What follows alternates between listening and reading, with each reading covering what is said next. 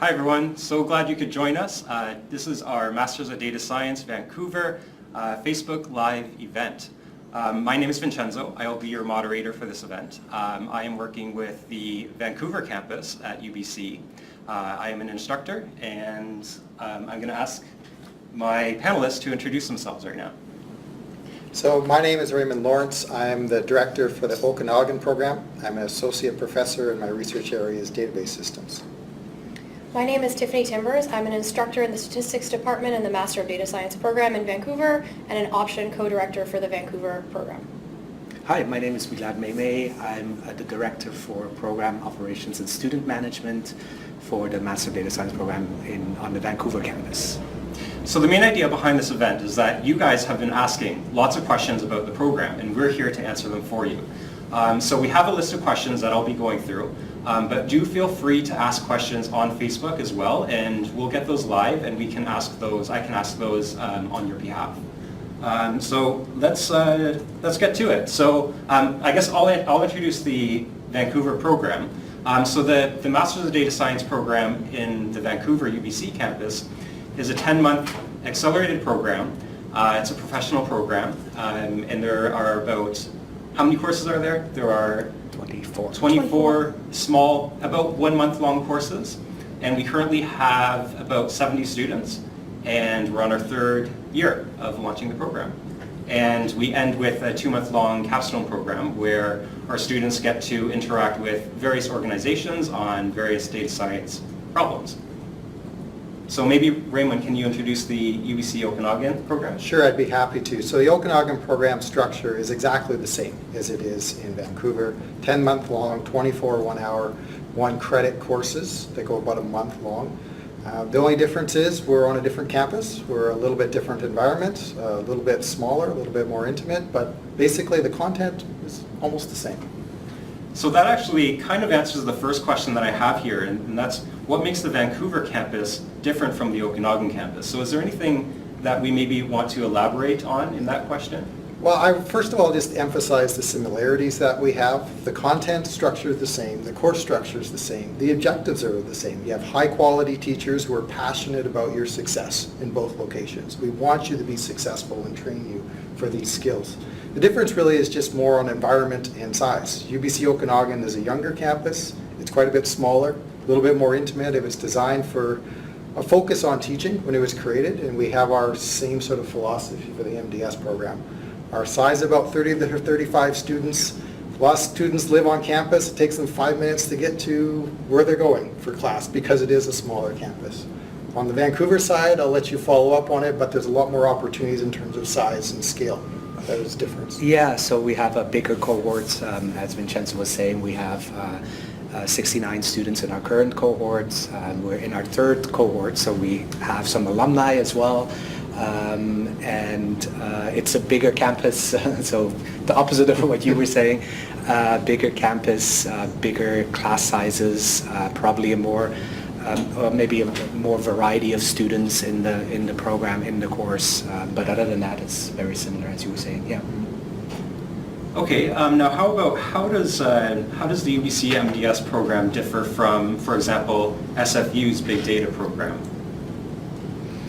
I can take that one. So SFU's big data program, the first biggest difference, I guess I would say, is that they would like an undergrad degree in computer science or computer engineering or some kind of computer programming before you can actually apply for their master's big data program. And then the other big difference is that I would say they're 80-85% computer science focused, whereas our programs are about a third computer science, a third statistics, and a third real data science things like visualization, communication, those kind of things. Okay. And one other thing that many of our viewers have been wondering is how does the MDS program differ from, for example, a business analytics program? I would say one of the differences that our program lets you figure out how to do it, where business program is often how you manage it or what you do. And our program, you are a data analyst. You can do things. And the business programs don't focus as much on the doing as the management and the impact on the business. Yeah, and also there would be many more business courses in a business program, like finance and marketing, and those we don't have those courses. We're more on the computer science and statistics parts of the I would also add to that we look at lots of different applications in the Master of Data Science program that are not just business applications. We look at applications that would be, or data sets, that would apply in health domains and other types of domains like that, not just focusing on business. Okay. Now, so the UBC Vancouver program has been out for 3 years now, and I believe this is the first year for the Okanagan. So how has the Vancouver program changed since maybe last year? From an academic perspective, we've done a couple different things in the last year, I'd say, or the last 2 years that have really changed the program. So one is that we've brought in project courses to the program. So in the first iteration of the program, we didn't have this. And so by bringing in this project courses last year and continuing them this year, we've given the students a lot more opportunities to work through data analysis from the beginning, when you load the data, all the way to the end where you're telling the story. In addition to that, we've done a lot more group work this year with those projects, so it gives students more opportunity to practice teamwork and working together. Other things academically that has changed in the last year, I'd say, is that we've modernized our statistics, the way we're teaching statistics in the program. I think that's a big change since the last year. Absolutely. Yeah. Yeah. Okay, and so we've talked about there are 24 courses in the program. Can you give just a general overview of what these courses entail? So from like an operational perspective, like how, Well, I guess the question doesn't specifically say, but perhaps the course structure, or maybe the general, maybe the streams perhaps that we have in the program. Yeah, so maybe I'll comment on the course structure. So the courses are set up that they have both a lecture and a lab component. So we spend for each course 3 hours in lecture a week and 2 hours in the lab each week. In the lectures, what I would want to say there is that we have a variety of different types of teaching styles. So you have some traditional lectures, but you have lots of active learning in the classroom going as well. Some of our classes are flipped, and so you're doing activities and learning in the classroom. And then in the labs, you're working collaboratively on your homework that in Vancouver is due at the end of every week. For this happens for a single course. You do that for 4 weeks, and we do 4 courses at once. And then more for the streams, I guess how I would say there, as Malad commented, we have kind of like a computer science-ish stream where you're like learning programming, data structures and algorithms, databases, collaborative software development. Then we have some statistics/machine learning stream. We're learning statistical inference and regression, machine learning. And then this data science-ish stream, we place a big emphasis on reproducibility and transparency of results in our program. And so we have courses that are dedicated to teach you how to do that efficiently and effectively. Okay, and the programs, both programs they culminate in a capstone project. And many of our viewers are wondering, is there anything else in addition to that? Like, can you do, for example, an internship or perhaps a co-op? What options are there available for these students? Yeah, so aside from the Capstone, which is the last 2 months of the program where students work in teams of 4 with a Capstone partner, an organization that has a data science question. At Vancouver, I've actually worked with a couple of employers this past year to create an internship after the Capstone where students kind of worked with this employer for about 4 months, like a short-term contract. The employer kind of trained them on a whole bunch of different things within the organization. So those are things that we work on actively, but also sometimes employers contact me and they say, hey, I want to do an internship after the Capstone, or I'm interested in Capstone, but I want to do it longer. So we just work with the employer on those kind of things every year, and the 2 employers that we worked on this past year, one of them is definitely coming back next year to do an internship after Capstone. So yeah, we do a lot of things with employers. And I think aside from just academics, we also have workshops on career development, so resume writing, interview skills, project management, what else? How to create a LinkedIn profile that gets you noticed. So a lot of extracurriculars aside from academics that we have in the program as well. And I'd just like to add something to that, that it's very common that students want to do projects above and beyond the courses that they do. You'll be doing real data science projects, so we're trying to engage. If the student does have some time in their schedule, find a project maybe as a campus sponsor or someone, a corporation outside, to give them a smaller problem before the capstone for them to work on. So we definitely want you to walk out of here with skills, and the best way of doing that is to actually be doing it throughout. And is it common for the capstone organizations to hire our students afterwards?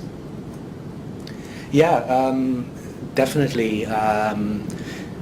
I can't remember the numbers off the top of my head, but there's definitely students that have gotten employed by their capstone partner after they've completed their capstone. Yeah. Yeah. Yeah. I think the partners are excited to have the students work on the problem, but also to use it as a way of interviewing potential excellent candidates. So you don't always get placed with your partner corporation you work with, but you have an opportunity to show them what you can do, which is really important. Okay, how about this? Is UBC MDS a non-thesis program? Yes. Yes. Yeah. Yeah, So so- it's a 24 course. Each course is worth 1 credit for the coursework, and then 6 credits for the capstone project. So the capstone project is 2 months done in groups. So it's maybe a mini thesis. Yeah, it's kind of like a thesis.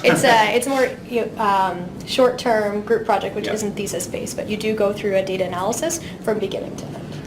I do want to emphasize that it is not intended to be a research program. Yeah. Right. So it's not the same as a master's in computer science or Yeah. in statistics.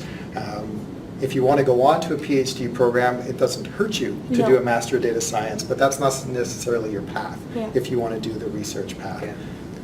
Yeah, and it's a professional program, so we prepare you for the workforce. So we want you to come into this program, 10 months intensive, that's all you do for 10 months, and then you go out and find a job. Yeah, sure. Okay, let's move on to some admissions questions. So I have a couple questions that have just came in. So for one, why is the English language requirement different for international students for both campuses? I guess I'll take that. I think the reason is the difference of College of Graduate Studies on both campuses. So the Okanagan Graduate Studies has just a slightly different English requirement than the Vancouver one, which our programs are adopting. So that's why there's a slight difference. And another one that I've just got in is that when people are applying to the MDS program, we don't ask for your GRE scores. And many people are wanting to put GRE scores, I mean, especially if they do it very well. And they're wondering, will we consider their GRE scores if they add them to the admission to their applications?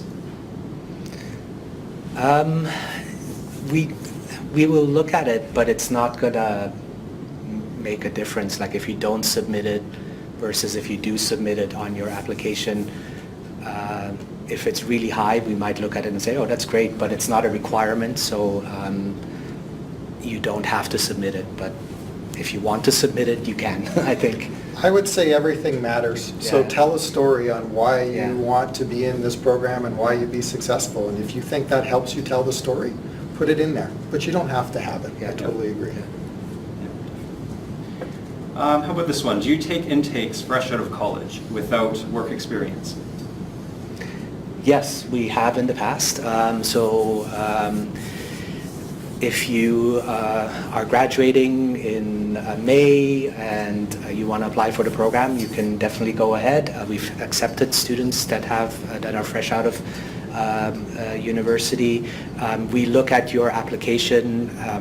We look at everything in your application. So we look at your grades, we look at your letter of intent, we look at if you've done any projects or volunteer work or co-op or internships or something like that, and everything together will make a decision of whether we're going to accept you or not. So you can be a fresh grad or you can be somebody who has 20 years of work experience. If you have a good application, we will consider you. Right. So there's another question that's very similar, and we think you might have answered it, but I just want to see if you have anything else to add, any of you. It asks, what qualities does the admission team look for in applications to the MDS program? So I know you've just mentioned that, we kind of look at the full picture, but is there anything else that you'd like to say about that, or does that basically summarize that question as well? Yeah, I could add to that, maybe go a little bit more detail. So your letter of intent is really important because it kind of tells your story, as you were mentioning. So it ties in your grades with your work experience, with your maybe your language skills, and so that becomes important. But we also look at your grades, as I mentioned before. There is a B+ average requirement that we have. It's a competitive program, so the higher your grades, the better, but it doesn't mean that if you have lower, B+, B average, that we're not going to consider you, because we'll also look at your work experience. So yeah, it's really everything together. We have on our website a link where we kind of give some application tips, so people can look at that as well and draw their own conclusions, yeah. So Milad, you mentioned grades, and some of our viewers are wondering, they have grades from undergraduate degrees, but then they also have grades maybe above and beyond that, such as in a master's degree or somewhere else. And they're wondering, does the program look at grades of students in undergrad if they do have these extra grades as well? Yeah, we definitely look at your undergrad grades because we have to look at the full picture. So we look at your undergrad grades and your other grades. But again, in your letter of intent, you can explain maybe your undergrad grades weren't as good because you didn't know what you really wanted to do at a younger age, and you figured out later that maybe this field is, you chose a field that you enjoyed more, and so your grades improved that way. In your letter of intent, you can explain that to us, and then we will take that into consideration as well. I would just like to follow up. When I'm reviewing applications, I'm really looking for two things. Will you be successful in the program? Because that's what we want. We want you to be successful. Yes. And the second thing I'm looking for is, how is the program going to help you do whatever your career goals are? So that's why we're talking about a complete picture. It's where your experience is now, but also where this program could take you in the future. Yeah. And so it's not one simple answer, unfortunately, Yes. on grades or on work experience, that complete picture, but tell us why you're interested in being here and what UBC can do for you. Yeah. Okay, now let's talk a little bit about the cohort that we plan on admitting. So how many international students does UBC plan to admit for the upcoming year? We don't have a specific threshold or criteria for number of international students versus domestic students when we do admissions. We want to admit the best 95 applications that we see that apply to our program. And from the Okanagan perspective, our goal is 35 students totally, and last year our percentage international was 57%. So Yeah. somewhere around 50% is probably where we expect it to be, but there's no ratios or criteria on determining that. Yeah. We had a very similar percentage. I think we had 43% international, yeah. And then there's a question, are there still places available in MDS Vancouver program in 2019 fall? So the answer is yes, we still have plenty of room, and the applications are still open, I believe. Our deadline is February 22nd, so you can apply all the way until February 22nd. And actually, most of the applications come in closer to the deadline. So if somebody is accepted for this coming year, for September 2019, and they decide that they would prefer to defer their admission to the following year, can they do that? We have a no deferral policy unless it's a visa issue or something like that. So we want you to be sure that this is what you want to do and when you want to start, and so we would prefer you to apply for, prior to the year that you want to start.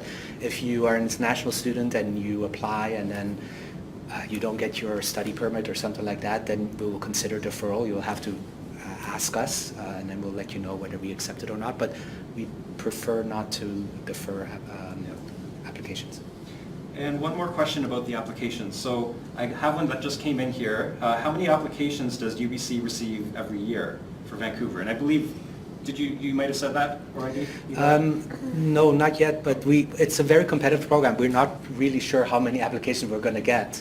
But in the past, our offer rate, so the rate of applications to offers that we sent out was between 10 and 13%. So maybe we'll have the same this year, but we can't be for sure. So I would say probably around 10%. Okay. How many applications came into UBCO? Last year there was about 150, so our acceptance rate was about 20%. Probably expecting a little bit more than that. We're over 150 already this year. But I want to emphasize acceptance rate is such a bad number. It is. We're really looking for people who want to be here, who we can contribute to. If you have a unique background, unique skill set, don't look at that percentage number and say, no, I can't get accepted. That's not really what it's about. We accepted in our current cohort people who were at the bare minimum of the GPA and it had different ranges of experience. It really comes down to that complete story. So don't get caught up on a single number. Yeah, definitely. Okay, and we have a lot of questions coming in from viewers asking, basically, with their background, are they able to get into the MDS program? So one specific question is, one viewer came from a non-traditional background, so for example, political science or business administration or engineering. Will they be able to apply for the MDS program with that type of background? We have had, in the first year, we had somebody who was doing their PhD in fine arts and piano, who applied to the program, was accepted, and was an excellent student in the program. So I think that coming from a non-traditional background can work, certainly can work. That student, however, had met all of the prerequisites courses, and so that's something that is necessary to be accepted in the program, so you have to have the prerequisites. Yeah. And do you just want to go over what those prerequisites are, just briefly? Yeah, so it's a course in either linear algebra or calculus, a course in probability or statistics, and a course in programming, computer science. And those are from an accredited undergraduate university. Yeah. So that's the base that you need to have in order to apply for the program. So it doesn't really matter if you have an arts degree in an undergrad degree or a business degree or a science degree. As long as you have those prerequisite courses and you meet the minimum grade point average and the language requirements, then you can apply and you can be definitely successful in the program. Now, I think a lot of people probably have this question, and I actually just got it in right now. So if you don't have those prerequisite courses and you are interested in taking the program, what can our viewers do to gain these prerequisites? Maybe they're done their undergraduate degree. What can they do? So if you've done your undergrad degree and in your undergrad degree you did a course in programming, statistics, and calculus or linear algebra, then you meet the prerequisites so you can apply. If you haven't taken any of those courses, then I would say at this point it's too late to apply for the September 2019, because by the time you get into a program and you finish it, it's going to be after the deadline and you might even go into the summer. So I would say prepare for a 2020 application. Yeah, so related to that, the idea of can you do credit on MOOCs or online credit, and that's definitely looked at as an overall sort of part of your application, but it doesn't count the same as a university course credit. Now, Okanagan is a little bit different because this was our first cohort. We maybe accepted a couple people who did not have all three, but then the rest of their application was truly outstanding. So I don't want to totally eliminate it. There are some rare cases. Maybe you didn't do a programming course, but you own your own company in programming. Pretty rare, but it can happen. So I don't want to totally eliminate it from the Okanagan perspective, but realize you are in a competitive process. So you are competing, and having those minimums is definitely desired. Great. Let's do this one here. Do we send proof of completion for the prerequisite courses if we are graduating from UBC? So if you are a UBC student, do you still have to send these things in?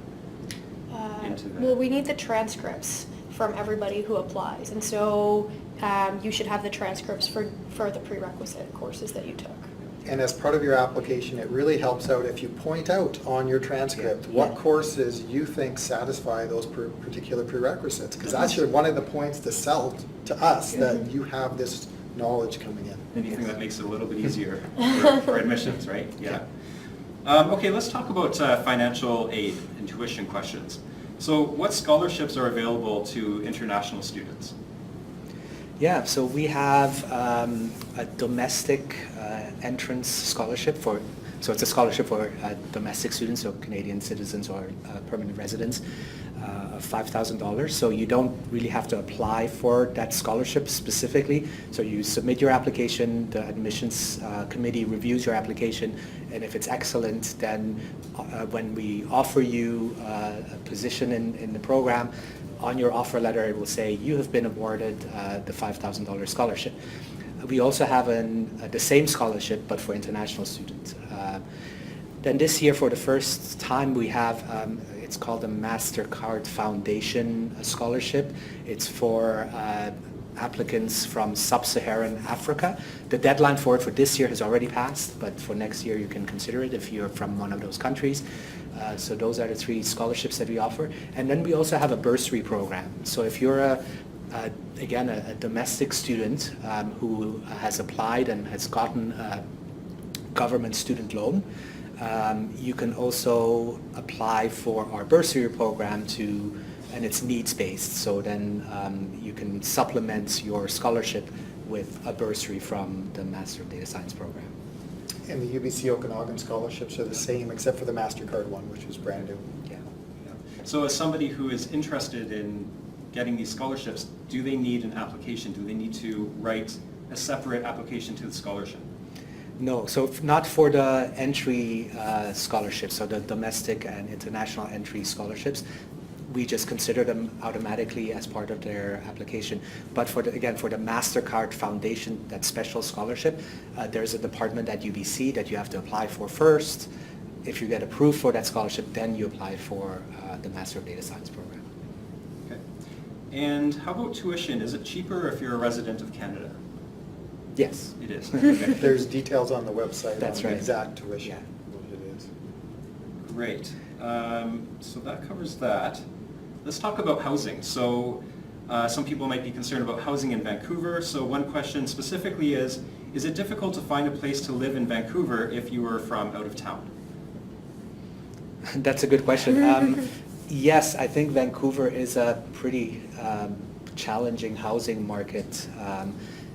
It's unfortunately a little bit expensive, but in this cohort we have, again, I don't know the exact numbers, but we have a certain percentage of students who have applied and gotten into on-campus housing. UBC Vancouver has graduate student housing. A few of our students are living there. And then other students have found housing off-campus, close to campus. It's a process that you probably have to start right when you get your offer and you accept your offer a little bit earlier. But yeah, I don't think any of our students have actually not gotten housing. Mm-hmm. And what we also do, something that we've done in the past for the previous cohorts, we've created a Facebook group. As soon as you get an offer and you accept your offer, we add you to that Facebook group so then students can talk to each other and find roommates, and that's happened in the past as well. And from the Okanagan perspective, not quite the same challenge as Vancouver, but you have to plan ahead for when you're doing it. And because we were new and we're small, we basically got priority. So about 10 of our 30 people are actually on campus housing, which worked out really well. And so we're going to try and continue that in the future. Okay, let's move on to some language requirements. So does the program require IELTS?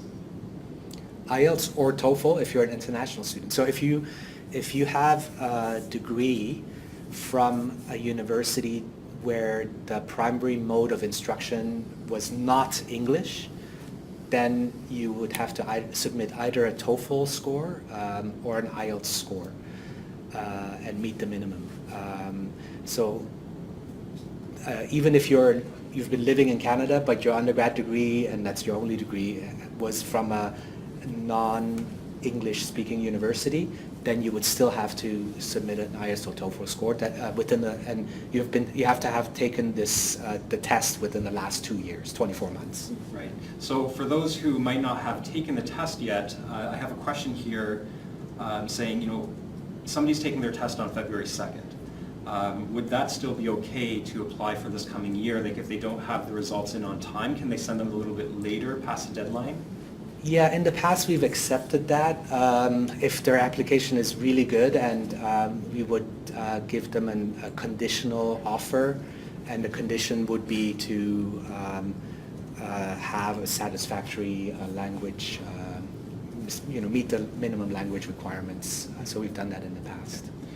And for those who, for which English is not their first language, but yet they've done their degree at an English-speaking university, and they've been working in the U.S. or Canada or some English-speaking place for quite some time now, would that count in place of the IELTS test or some other test, TOEFL? So the work experience, unfortunately, this is a UBC-wide regulation or a rule. The work experience doesn't count. It's where you got your undergrad degree or where you got your previous degree. So if your previous degree was in an English-speaking university, then you do not have to take TOEFL or IELTS. But the work experience, unfortunately, doesn't count at all. Yeah. And I have some questions here now about the Okanagan campus specifically. So what sort of industry exposure and career opportunities are available to the Okanagan campus students? So the Okanagan is smaller than Vancouver, but it's one of the fastest growing regions in Canada with a lot of high-tech startups. And so they're estimating about $1.6 billion of basically economic activity due to that. So there's a lot of chances for working with local companies, and that's what the Capstone is designed to do. And you're not limited to the Okanagan. If we find people in BC or outside Canada, we're happy to work with them as well. And so we're talking about two programs here, right? UBC MDS Vancouver and MDS Okanagan. How do our viewers know which one to apply for? Which one is right for them? We've already talked about that the programs themselves are very similar. So you don't pick one or the other based on what you're actually learning in terms of content. There'll be minor instructor differences, but the programs are similar. I would say the difference really comes down to learning environment and size. There's difference on a larger campus versus a smaller campus, pluses and minuses, but both programs really care about the quality of instruction.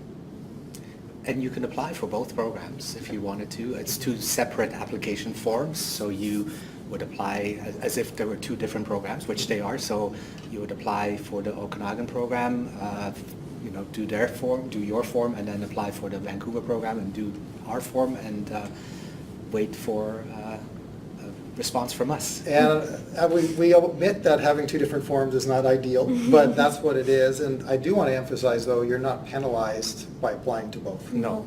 You can be accepted by both, and then that becomes your choice, which one you go to. Okay, so let's keep talking about the programs. And specifically, we were talking about tuition earlier, and a lot of our viewers are concerned about the price tag on the program. So one question I have here, I'm concerned that these data analytic programs are simply a cash grab. What is MDS's value proposition besides the UBC's name brand? And the question goes on to say, explain the top benefits taking MDS at UBC. Yeah. So I definitely understand the concern with the cost of tuition. The one advantage to the MDS program is its accelerated format. So you're only taking 10 months to a year out of your work life. And what is more costly, while you're out in the workforce is your lost wages for a year. So if you choose a program that's 2-3 years long, that's 2-3 years of lost wages, as opposed to 10 months with our program. And then comparing it to, for example, other online data science boot camps or whatever, what's the added value of coming to MDS? I think it's the really wonderful, caring, and dedicated supportive teaching teams that you have at both programs. We have people that are, including a lot of the members sitting on this panel, that are very dedicated to providing very high quality teaching, and we provide a lot of contact time with the instructors, the lecture instructors, the lab instructors, the teaching assistants. That's something that you don't get in an online format, and I would say is even more intensive perhaps in this professional master's program than in a traditional master's program at a university. Absolutely. The community, I would say, is really what drives the program. And I would add to that the networking opportunities you have Right. within the absolutely. cohorts. And the alumni. And the alumni, the first place that if an alumni is working out there and their company or organization has a job opening, they're not going to post anywhere. They're going to post with us first. Right. So our students, our current students, will have access to those postings before anybody else. So that community that you were talking about, that's, I think, one of our biggest selling points. Absolutely. Yeah. And so we're teaching data science in 10 months. How can we possibly fit data science into 10 months? One of the things I challenge the instructors who are teaching it, teach exactly what people need to know, Yeah. what skill set's important, and leave out what's not. And there's a lot of cool things that you could cover, but you don't, because you're focusing on what is the absolute maximum value. So that's the very short answer of, you're very focused on what you think is going to be really valuable for the students for the skills. In addition to that, I just want to add that we also teach how to keep expanding your data science knowledge and expertise. So this is a rapidly changing field. I mean, every year, and if I've taught the same course, say, 3 times in a row, I'm updating the material every year because the field's changing so quickly. So not only do I need to know how to find that out and update the curriculum, when you leave and go out onto the job market, you need to be a flexible, quick learner. And so we build practice and train you how to do that in the program. And so I think that's another, we can't possibly teach all of data science in 10 months, in 2 years, in 5 years. So that's something that makes data science really exciting and fun, is that it's always changing. And so, we try and help you learn how to do that. And sorry to add to that, it is accelerated, right? Yeah. It's Yeah. intensive and accelerated. So our students always say, like, for this 10 months, that's all you do. Yeah. You breathe, eat, sleep, data science. So, but that's what they also like about it, because they're done in 10 months. Mhm. So. I'm going to go out on a limb here and say that I think, going back to that community idea, that being in this community, you're able to learn things quicker. I don't know if you get that sense as well, but I'm just getting that sense that, being in that community, you're having more people that you're able to talk to and more ideas are shared. It's just you're able to grasp things in a faster way.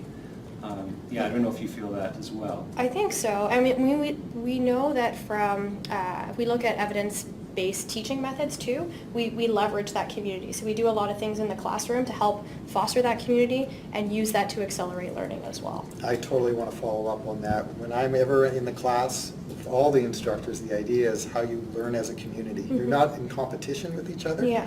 You're encouraging each other to learn the material, and that's really Absolutely. important to driving people to success. Yeah. Okay, and there are some two-year programs out there, 2-year data science programs. Would you say that this program is equivalent to those programs? That's really hard to know unless you look at what the material is on those programs. It's quite a difficult question to answer from this far away. I don't know if anyone else wants to take that on. I don't know if the question is alluding to what you actually get at the end. Okay. So it is a master's degree from UBC. Yeah. So in terms of equivalency that way, yes, you get a master's degree, Yeah. whether it's 10 months or 2 years, you get Yeah. a master's That's a good degree from point. UBC. It's, Yeah. it's not like a certificate No, or something Right, like that. yeah, it's a master's degree. Yeah. Yeah.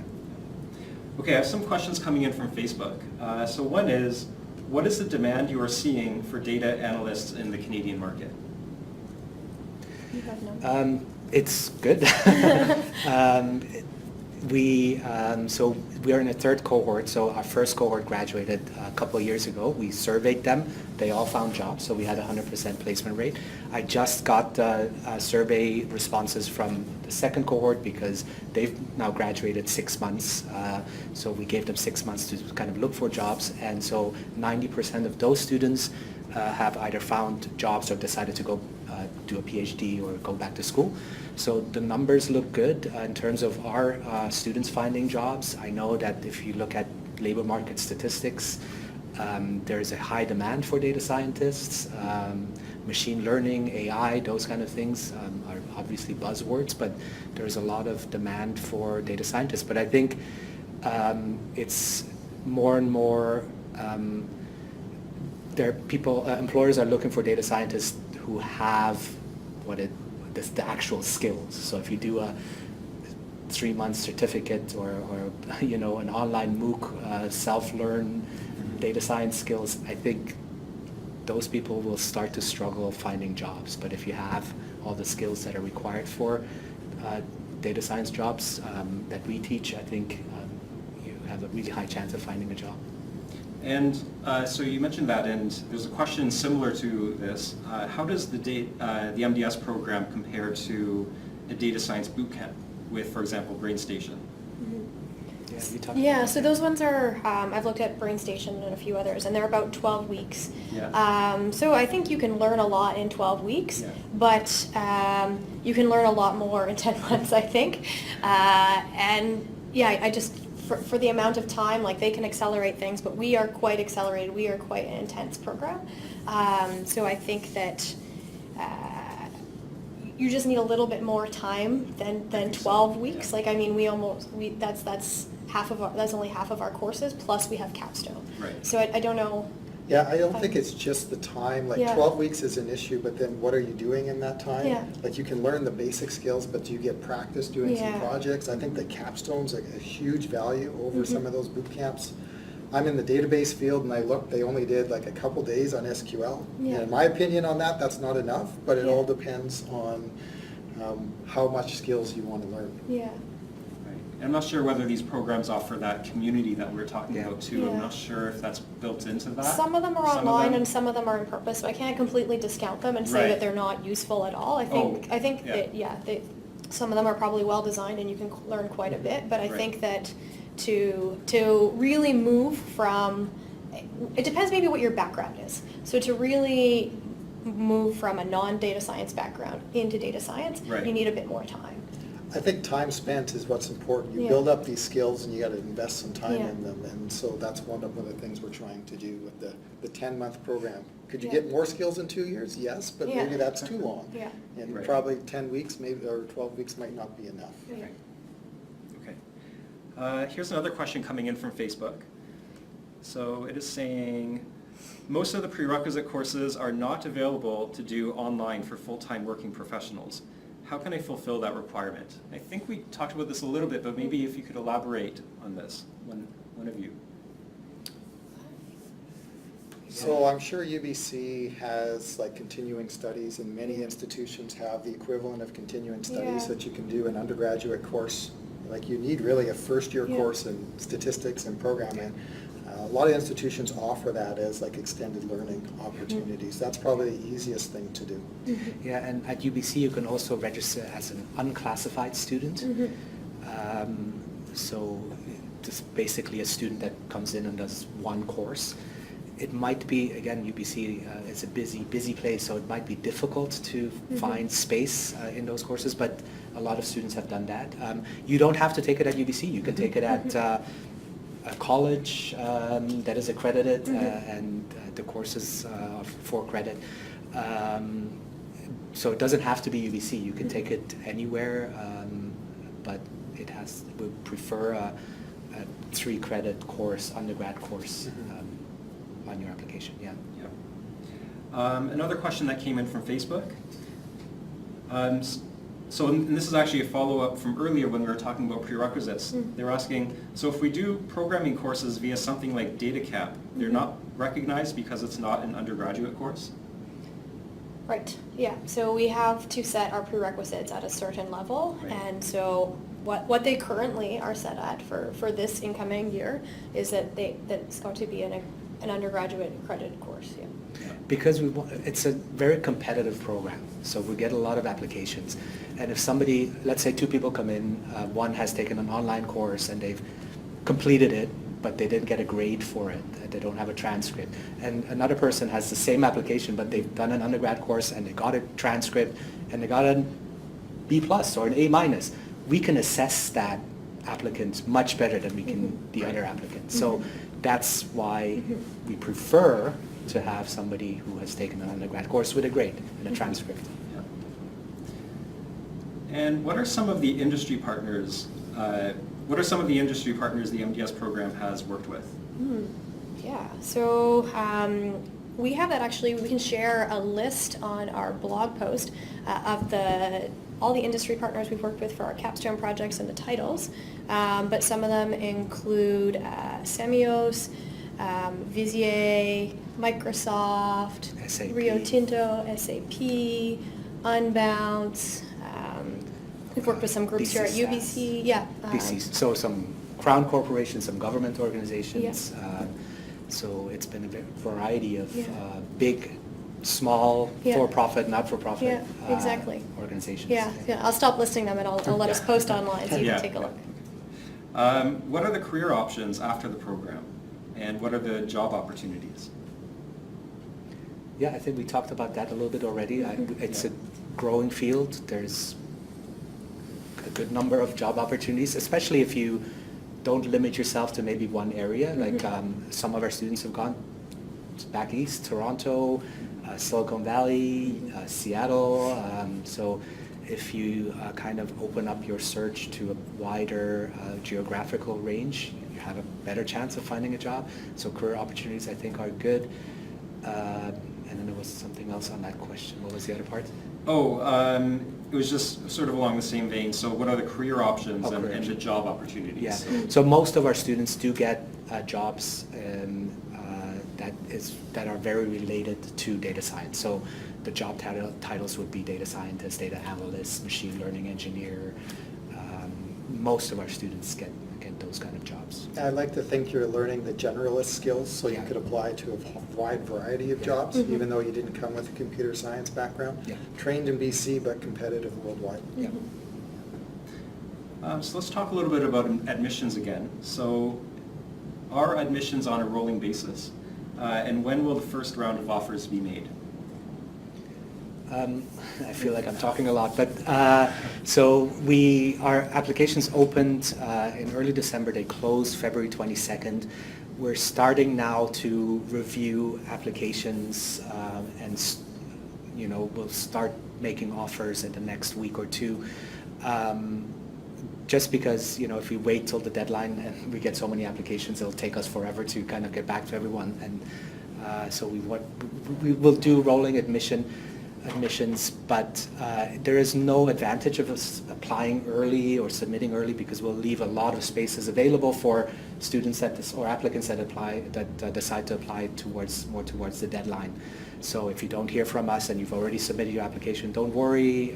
We'll get to your application and we'll respond hopefully with an offer. But we're hoping to get back to everyone, whether it's positive or negative, within 6-7 weeks after the deadline, so after February 22nd. Okay. And I have a couple related questions here. So do we need to have work experience related to data science in order to apply? No, but it's always nice because it's one of the ideas that you have some previous experience and that you can be successful in the program. But absolutely not. The program's designed for anybody who meets the minimum prerequisites to be able to complete it. And maybe you haven't had to work as a data scientist per se, or anything labeled like that, but in your letter of intent or personal statement, if you maybe just like a hint is to talk about any kind of data experience that you've had that would motivate you. So that's kind of like why it's nice to see that in an application, because if you've ever been like frustrated by doing something with data in a manual way, that highly motivates you to want to do it in a non-manual way. I hesitate to say this, but as reviewing applications last year, one stood out because they actually did their CV as a data scientist. So it looked like a visualization and it stood out. Yeah. And those sort of things, that person had some experience, but just it showed that motivation. Yeah. And if you have the experience, show it, make it clear. And we've also accepted students in our program who identified a gap in their industry. Like maybe somebody's worked in a lab as a biologist and their lab is collecting all this data, but nobody really knows what to do with it. So in their letter of intent, they said, there's this gap in my field, and this is, by learning these skills, this is how I'm going to fill it. Yeah. Those are applications we like. Yeah. It shows that you're motivated and that like you're not going to, if things get a little challenging when you're in the program to learn, because we're going to be stretching your brains, you're going to be learning new things. If you have that motivation to keep pushing through because you have this end goal of a problem you want to solve, it's really helps you. Absolutely. And sort of a second part to that question is, how do we measure professional experience? So the specific question is, how is professional experience measured for fulfillment of admission requirements? What roles, responsibilities, tasks, and duration of professional experience are sufficient to meet admission requirements if one is applying without fulfillment of course prerequisites? Well, maybe there's kind of two parts to that question. Yeah. If you're not, so... So the question is basically asking, can you do work experience to fulfill minimum prerequisites? And the answer probably would be general no, because that's what those minimum prerequisites are there Yeah. for. Yeah. But definitely work experience is considered as the entire package, what's there.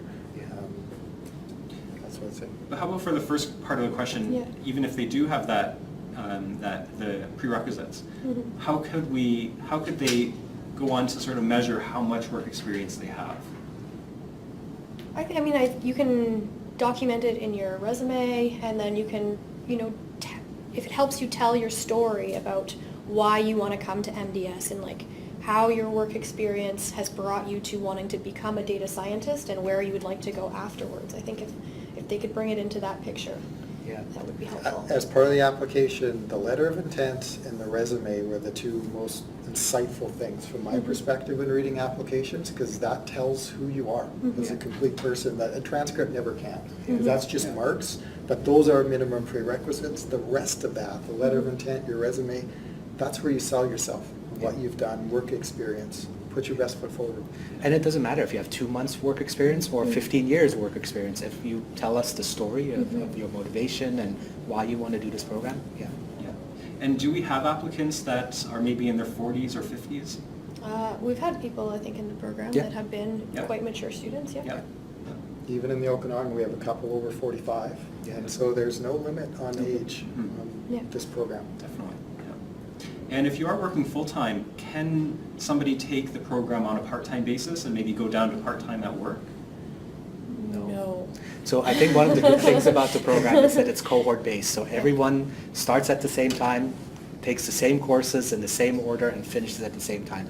And that's how we build community and make sure that everyone gets the skills that they need in order to graduate. The other thing with the accelerated format is that you can think of the course layout as like a tightly knit jigsaw puzzle where you are taking courses that only MDS students are taking. So no other undergraduates or graduate students at UBC, Okanagan, or Vancouver are taking the same courses as you. They were tailor designed for this program, and they fit together in a very tight-knit way. And so to only take certain ones that fit your schedule just doesn't fit and work with our intensive I think we should schedule. actually follow up, because that's one of the distinctions of the Yeah. MDS program versus other graduate programs, where you're using courses from other programs. Yeah. These are courses and That's right. content specifically Yeah, that's designed right. for you.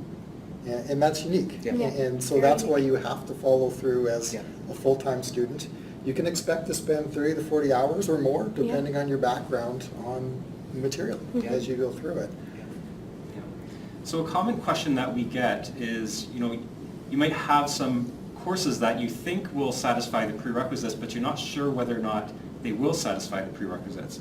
So one of the questions I have relating to that is, what should be the exact proof for the prerequisites required for the course, for the Masters of Data Science program? I have taken all the courses in my undergraduate degree, but not exactly by the same name as mentioned in the prerequisites. That's fine. So on your transcript, we can look at the title of the course, and so we can tell a lot about the course based on the title. But on the application form, on our application form, not sure about Same yours. thing. Yeah, we have actually a question for each prerequisite. So the question is, it's a longer question, but it basically says, how do you meet the programming requirement? How do you meet the statistics requirement? How do you meet the math requirement? So in that section of the application form, you can explain to us exactly how you meet that prerequisite. So you can link out to curriculum. If it's online, you can syllabi, you can list your textbook, whatever you think is proves that you have taken these courses. But at the same time, make it easy for the admissions committee. Yeah. So if you link out to 5 or 10 different links, and the admissions committee has to click on all those links, that's not going to help either. But that's your opportunity to prove to us how you meet the prerequisites. Yeah, so your transcript is the proof of the undergraduate courses you took. So in those boxes, you should list which course is on of the transcript you submitted, Yeah. like the name and the number there, and then if the titles don't match up, or if this sounds like this person's concerned because they took the course, it seems like it matches to what was taught at UBC, but the numbers and the names don't match, linking to a course syllabi and make sure the link works is very helpful for us. And I think also if the link sends you to a generic page that has a lot of courses on it, that's also not very helpful. Yeah. Yeah.